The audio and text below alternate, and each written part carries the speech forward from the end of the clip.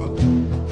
Chunki meni qalbimda norozilik Qamchibek Tashiyevning bu qilgan xizmati uchun, uni kasal holatda Germaniyada yotganida, to'shagida holsiz, madorsiz yotgan paytda ishdan olinishini men buni istamayman, lekin reabilitatsiya uchun borganda palatada endigina darmonga kirib, oldida ovqatlab turib, palatadagi suratini ko'rib yuragim zirqiradi.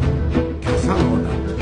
Ana shunday bir paytda uni ishdan olinish bu juda adolatsiz qaror ekanligini men aytishim kerak. Sadir Japarov degan narsa Qamchibek Tashiyevday akasini, do'stini, siyosiy sherigini buni orzu qilib yuruvdi. Dushmanlar ham Qirg'iziston ichida, ham Qirg'iziston tashqarida ishdan oldi. Bu meni xafa qildi. Nima uchun? Chunki 20-yilgi inqilob asosan Qamchibek Tashiyevning jasorati bilan bu Sadir Japarov qamoqdan olib chiqib prezidentlikka keltirildi. Qamchibek Tashiyev xizmati. Buni Qirg'iz xalqi yaxshi biladi.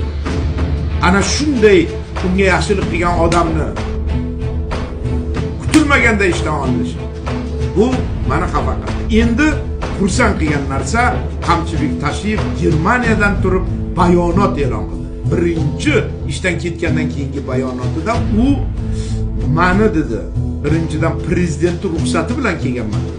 Ikkinchidan meni ishdan olinishim men uchun kutilmagan hol bo'ldi. Menga o'zimni xavfsizlik idorasidagi yigitlarim bilan xayrlashish imkonini berishmadi. Shundan men xafaman. Lekin modomiki prezident Sadir Japarov shunday qaror qabul qilgan ekan, biz bo'yin surishga majburmiz. Hech kim mamlakatda siyosiy lotkasini chayqaltirmasin. U diplomatik tilda yozdi. Men Qashqadaryocha tilda buni ma'nosini ochib beryapman. Hech kim Qirg'izistonda siyosiy vaziyatni loyqalatmasin va qalqitmasin. Qonundan chiqmanglar dedi. Men qoyil qoldim. Men kutmagan edim. Men qoyil qoldim. Buni kim aytadi? O'zining qudratiga ishongan, erta bir kun mamlakat rahbarligini olishi aniq bo'lgan odam ayta oladi mana shu gap. Meni oldi prezident, men prezidentga sadoqat bilan xizmat qildim. Prezident uchun, Qirg'iz xalqi uchun men mehnat qildim. Men bundan faxrlanaman va yuzim yorug' dedi.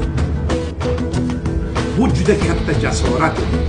Qonunni buzmanglar, so'zsiz bo'yin sunamiz. Prezident shunday qaror qabul qilibdimi? Demak, bu haqiqiy